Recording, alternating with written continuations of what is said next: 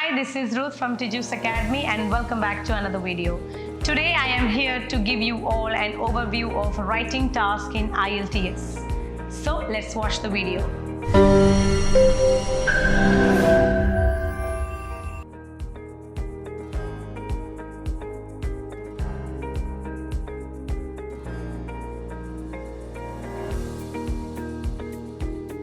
In IELTS writing, there are two tasks. The overall timing will be 60 minutes. For task 1, it will be 20 minutes, and for task 2, 40 minutes.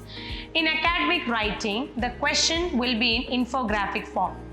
Okay, the question you will see, it will be in either graph form or table or chart, or it will be in map form. So what you have to do is you have to summarize and you have to explain what the information you see.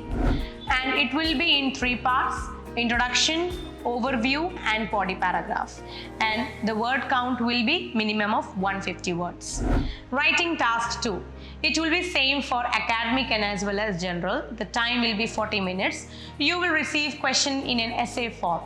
Example: agree or disagree, disadvantage or advantage, direct questions, hybrid questions, positive or negative, solution or problem. In this way you will receive question. And the answer to that question will be in 3 parts: introduction, body paragraph and conclusion. Word count, it will be minimum of 250 words. There is one more piece of information that I would like to give you, is that for writing task 1, your word count must not exceed 150 words, and for writing task 2, it must not exceed 250 words.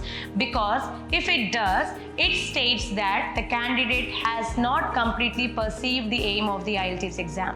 Writing around 250 words or 150 words is considered adequate enough for an IELTS exam band score 9. So here you go. I hope you got the clear idea regarding the IELTS writing task. I will be back with some more videos. Till then, bye.